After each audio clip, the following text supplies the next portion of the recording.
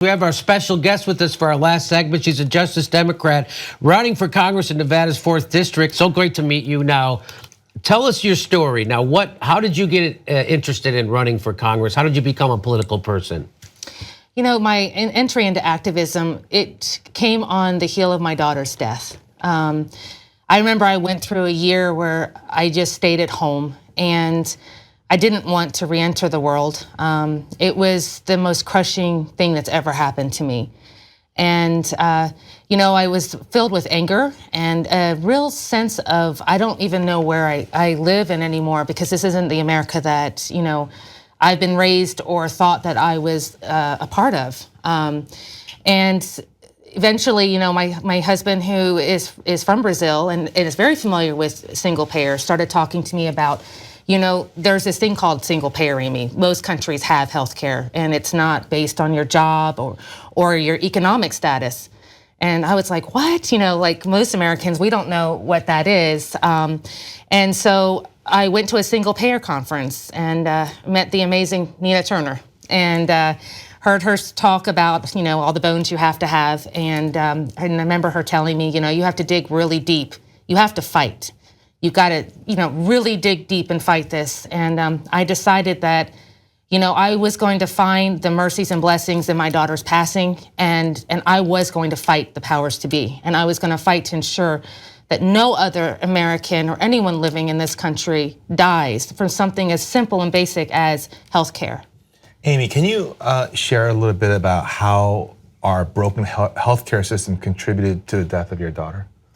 Yes. I think that, I mean, if it's not too painful, I think people have to understand that there are real consequences to our healthcare system. It's not just, oh, it's gonna cost a little bit of money, or no, people die. They do. And families are shattered and people are broken because of this. And you know, in the greatest, or you know, allegedly the greatest country in the world with incredible wealth, the fact that people are dying on a daily basis because of healthcare, to me, it just shocks the conscience. It's immoral in every way. So can you share that a little bit? Sure, it is very inhumane. And you know, my daughter was 22 years of age. She had just moved to Las Vegas. We just had moved there ourselves, and she decided for some reason she wanted to move out to Vegas. And she was going to school to become an RN, and she had just enrolled in school. She was working 2 jobs as a CNA and was very self-sufficient. When she arrived, she had a red swollen leg. And we thought it's just from driving, you know. Was a CFO, not any medical field, and I thought, well, you know, give it some time, this should take care of itself. It continuously got worse, and then she fell. I was out of town and I got a call, could hear her screaming, and they went to the emergency room. And, you know, we do have a law in place called EMTALA that requires them to see you, but they have found ways, because they're profit driven, to work around that and give what's called wallet biopsies.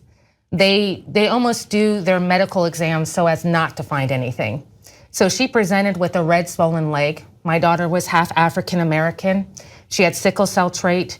She was a casual smoker. She had an injured knee and just driven 22 hours. They were all signs and symptoms of a blood clot.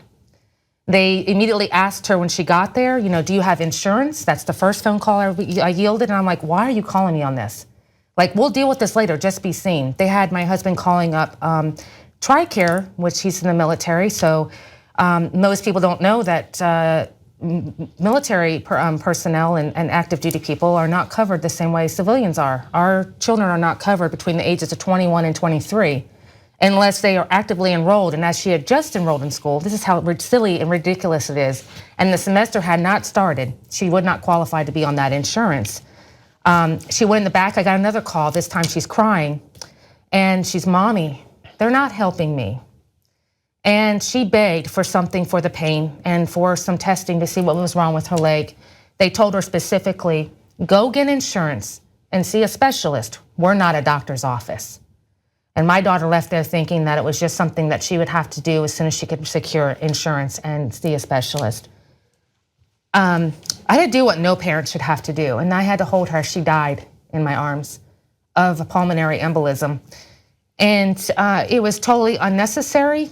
And it was totally because as a CFO, I can tell you, I understand completely what goes on behind the scenes. They're doing risk management. They're talking about patient payer mixes and how much they can afford of what type of insurance. And just because you have insurance doesn't mean that it's a gold tier insurance, and you could still be susceptible to being discriminated against.